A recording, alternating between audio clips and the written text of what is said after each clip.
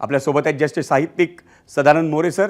More sir, एक सोनियाचा दिन आहे मराठी भाषेसाठी. अभिजात भाषेचा दर्जा मिळालेला आहे, पण मराठी ही केवळ संपर्काची नाही तर ज्ञानभाषा व्हावी यासाठी देखील प्रयत्न व्हायला हवेत, असं आत्ता लक्ष्मीकांत देशमुख सरांनी म्हटलंय. काय तुमची पहिली प्रतिक्रिया, आणि हा जर विषय पुढे न्यायचा असेल तर तुम्ही आम्हाला काय मार्गदर्शन कराल? बरेच दिवस आपली मागणी होती, आणि असं नाही की भाषा आपली अभिजात नाही आणि तरी आपण दर्जा द्यावा असा काहीतरी हट्ट करतोय, म्हणजे काहीतरी त्यासाठी उपोषणच केलं वगैरे, असं काही भाग नाही. ती मुळात अभिजात भाषा आहेच आपली, हो, आणि तिला फक्त तसं मान्य करावं एवढाच मुद्दा होता. म्हणजे शिक्कामोर्तबच फक्त प्रश्न होता. ठीक आहे, कुठल्या तरी कारणामुळे तो लांबत गेला. पण देर से आहे दुरुस्त आहे अशी म्हणेन आपल्याकडे.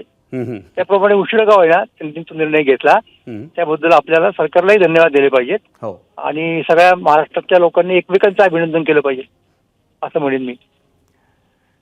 सर, एक छोटासा प्रश्न विचारतो. मगाशी श्रीपाद जोशींनी जाता जाता उल्लेख केला होता की गेल्या अनेक पिढ्यांपासून हा लढा सुरू आहे, अगदी दत्तो वामन पोद्दारांपासून.